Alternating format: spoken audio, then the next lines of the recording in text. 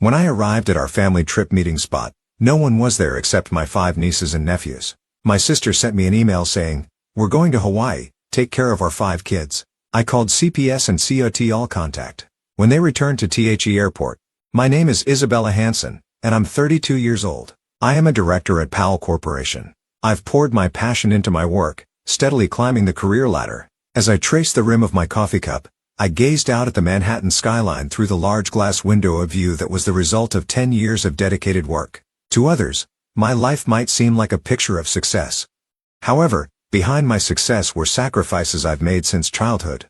I am the eldest of 3 sisters, with Jocelyn 2 years, and Lindsay 6 years younger. Both of my parents worked, always busy with their jobs and managing household chores. It was just after Lindsay was born when my mother said, "Isabella, can you watch Lindsay for a bit? I'll be right back."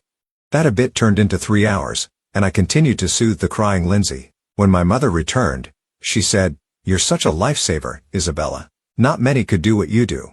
That was the beginning. Soon after, for every small errand like shopping or dining with friends, my mother started leaving my sisters with me. While my friends played outside after school, I was at home taking care of 4-year-old Jocelyn and baby Lindsay. One summer day when I was 12 years old, my parents called to say they would be late from work. With nothing in the fridge, I opened a cookbook and decided to make pasta sauce from scratch. I stood in the kitchen, clumsily chopping tomatoes, crushing garlic, and dicing leftover vegetables. Considering it was my first time cooking, I thought it turned out pretty well. My parents were delighted and said, "Isabella, we'll count on you for dinner from now on." From that day, preparing weekday dinners became my special job, and I started making dinner before doing homework. As I turned down more invitations to play, "Isabella is busy" became synonymous with me. By the time I was 16 years old, I was managing most of the household chores. Mornings involved waking up my sisters, preparing breakfast, and then off to school. Evenings were for shopping and dinner prep. Weekends meant laundry and cleaning. One day, I expressed my desire to audition for the school play. My mother looked puzzled and said, "But the house can't function without you." My father added, "Isabella is so responsible, she would prioritize family over anything else." That night, I quietly cried in my room. Like many other dreams, my acting ambitions were sidelined for the needs of my family. I vividly remember the spring break of my 18th year. For the last spring break of high school, I had planned a trip to Miami Beach with friends. Saving money from a part-time job for 6 months, it was to be my first trip just with friends. My suitcase was packed, and the plane ticket was ready. On the eve of departure, my parents suddenly appeared in the living room. "Isabella, we need to talk," my mother said with a regretful look. My father continued, "We have to go to Texas unexpectedly tomorrow, because your grandmother, who was supposed to watch Lindsay and Jocelyn, fell ill. Can you take care of your sisters?" My heart sank. "But I'm supposed to go to Miami tomorrow. I've been planning this for 6 months." "I know, but it's an emergency," my mother explained. "You're the only one we can rely on." "What about Grandpa?" I asked, feeling hopeful. "He's working?" she replied. "But my ticket will cover the cancellation fee," my father interjected. "We trust you with Jocelyn and Lindsay. They rely on you, and we know you can handle it." Ultimately, my Miami dream was crushed. As I received fun photos and videos from my friends, I spent the weekend looking after 16 years old Jocelyn and 12 years old Lindsay. And the weekend my parents were supposed to be away ultimately extended to a whole week. Later, I learned that my parents were actually at a couples retreat. "Sometimes, we need time for ourselves," my mother said when I confronted her with the truth. It was a time built on my sacrifices. In college, I managed to get scholarships and continued working part-time to cover some of my tuition fees. However, the situation changed when I learned that Jocelyn had been accepted into a prestigious private university. "Isabella, fantastic news," my mother excitedly announced over the phone. "Jocelyn got into Princeton. Congratulations," I sincerely responded. Jocelyn was always studious, but there's one problem. My mother continued. "The tuition, and with Lindsay coming up, it's a bit tough for us alone." I immediately understood. "Mom, I don't have that kind of money. But you're receiving a scholarship, right? Plus, you work part-time. That's for my tuition. Jocelyn should work part-time too." "Isabella, Princeton is an opportunity for Jocelyn. Unfortunately, she didn't receive a scholarship, and she wants to focus on her studies." My father joined the conversation. "Shouldn't we help each other as a family?" In the end, I took on an additional part-time job. I worked at a campus cafe in the morning and as a waitress at a bar at night. Between classes and work, I was constantly running around, working from morning till night on weekends. I had no social life, and I was always short on sleep. This went on for 2 years. Part of my income went towards Jocelyn's tuition, and the rest covered my own tuition and living expenses. On the day of my college graduation, I felt a mix of emotions. My college years were a struggle, getting through with sleep deprivation and juggling 2 jobs. Only my father attended the graduation ceremony.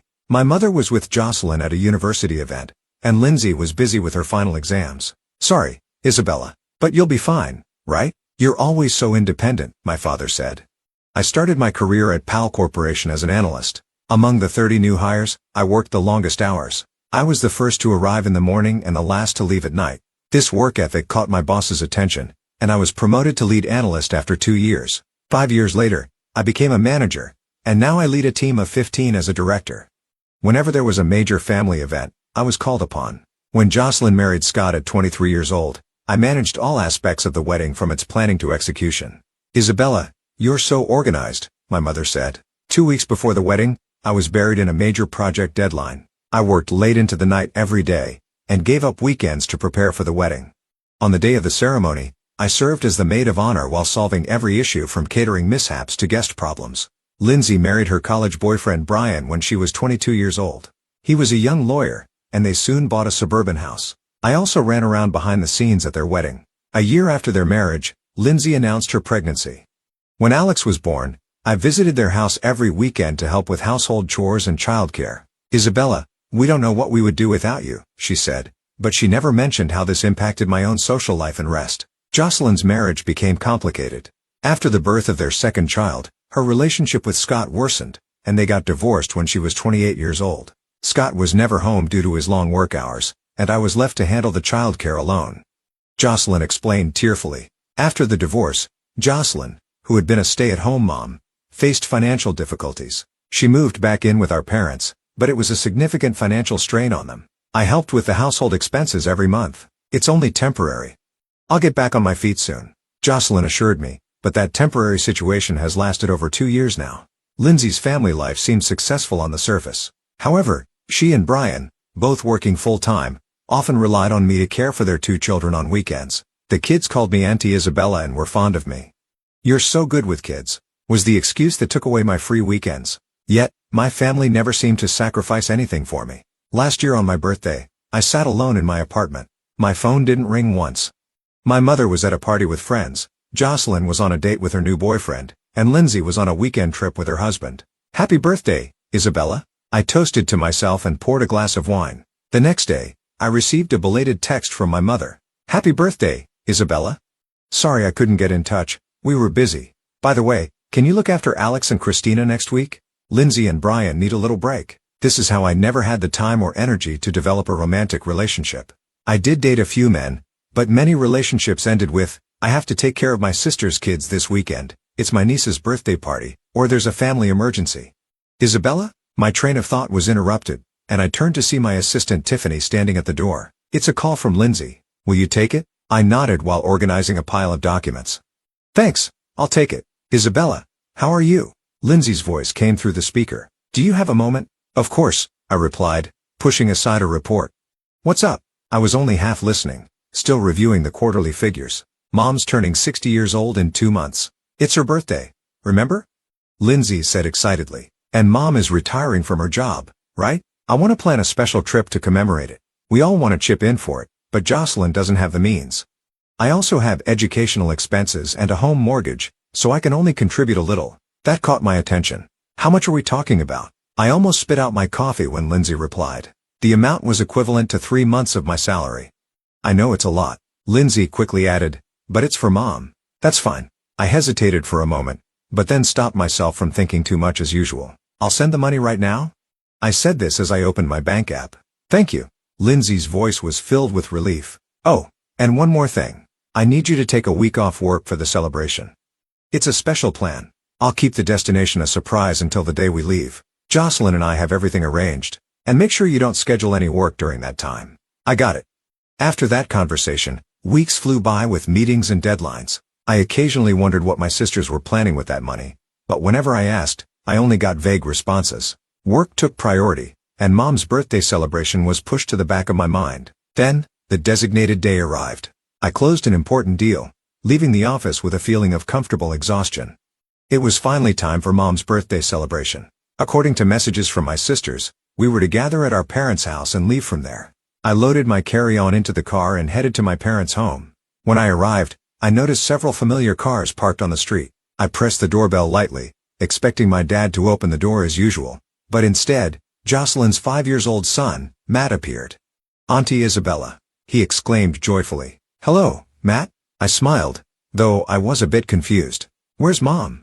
"Everyone went out," he answered nonchalantly. I entered the house and made my way to the living room, where I found 3 kids scattered about. Lindsay's baby Christina was sleeping on a playmat, and her 3-year-old son Alex was playing with blocks. Jocelyn's daughter Hannah was drawing. However, no adults were in sight. "Where did everyone go?" I asked Matt. He shrugged. "I don't know. Grandpa said that Auntie Isabella would be here soon, and to stay quiet until then." I hurried to the dining table. There was an envelope there with my name on it. With trembling hands, I opened it and found the following note. "Isabella, we've already left for a week at Sunnyside Resort. This is our adults-only trip. After years tied down by childcare, we finally get to enjoy some freedom without the kids. We stocked the fridge with food for the kids. The emergency contact list is on the kitchen counter. Make sure Alex gets his medicine at 4 p.m. Don't worry, we'll take lots of pictures to show you when we get back. Enjoying adult conversations and cocktails. Love, Mom. P.S. Jocelyn checked the resort's babysitting service, but it was fully booked. The kids are comfortable with you, and this was the best way. Don't take it the wrong way. Just do your best for us as usual." There was no other way. I read the note again in disbelief. They had really left me behind. Without consulting me, without my consent, and with my own money. I took out my phone and called Mom immediately. It went to voicemail. I tried Lindsay, then Jocelyn, with the same result. Finally, after several attempts, Lindsay answered. "Hey, Isabella." She sounded hesitant. "Have you arrived at the house?" "Lindsay, what is this?" I asked, struggling to keep my anger in check. "You left me behind? Listen, Isabella." She became defensive. "It wasn't my idea." Mom said, "Isabella is always so responsible and reliable. She'll understand." I didn't agree to look after the kids. I said, "I was looking forward to this trip too, but you get along with the kids." Lindsay excused. "And since you're single and don't have children, you don't really need a vacation like this, do you? We just want to enjoy some adult time. We've been tied down by the kids for so long. Don't we deserve a little break?" Her words broke something inside me. "Listen, I'll call a professional babysitter right now. That way, I can catch a flight and join you." "That won't work," Lindsay exclaimed. "We can't leave the kids with someone they don't know. Alex gets anxious around strangers, and Christina is still a baby. Honestly, we just want some time away from the kids. Isabella, please, can you watch them for us? Just like you always do." "Just like I always do?" I repeated, feeling the anger rise. "Yes, you're always so dependable. Ever since you were little," she said nonchalantly. "You've always done everything for us." Something clicked in my head. "For everyone?" I said in a low voice. "Yes, always for everyone. But Lindsay, this time it's different. I won't do it." "What do you mean?" Panic tinged Lindsay's voice. "I'm calling a professional," I stated firmly. "For the children's safety." "Professional? What do you mean?" "Isabella, stop." I hung up the phone. My hands were shaking, but my next steps were clear. I called the police and explained the situation. Next, I contacted the National Child Abuse Hotline. They promised immediate action. After that, I sent the same text message to the entire family. "The children have been left unsupervised. I have reported this to the police and Child Protective Services. I suggest you come back immediately." Within minutes, my phone began to ring. I ignored it. Instead, I sat down in the living room and began playing with the kids, ensuring they did not feel anxious. About an hour later, a police car arrived at the house. 2 officers entered and began assessing the situation. 30 minutes later, a social worker from Child Protective Services also arrived. I explained everything to them. As the sun began to set, the front door burst open, and my panicked mother rushed in. Behind her were Lindsay, Jocelyn, and the rest of the family. "Isabella," my mother exclaimed. "What have you done?" An officer stepped forward and asked, "Are you the guardian of these children?" My mother, cheeks flushed, replied, "Yes, I'm their grandmother." "What happened?" The situation of minors being left without proper supervision was discovered by Ms. Johnson, who appropriately reported it to the authorities, the officer stated sternly. But my mother faltered. "Isabella was supposed to take care of them," she agreed. "No, Mom," I said quietly. "I didn't hear about it, nor did I agree. You all just assumed." The social workers stepped forward and requested identification from all the adults. They were then asked to accompany the police to the station. After hours of questioning and explanations, the police contacted me to clarify the situation.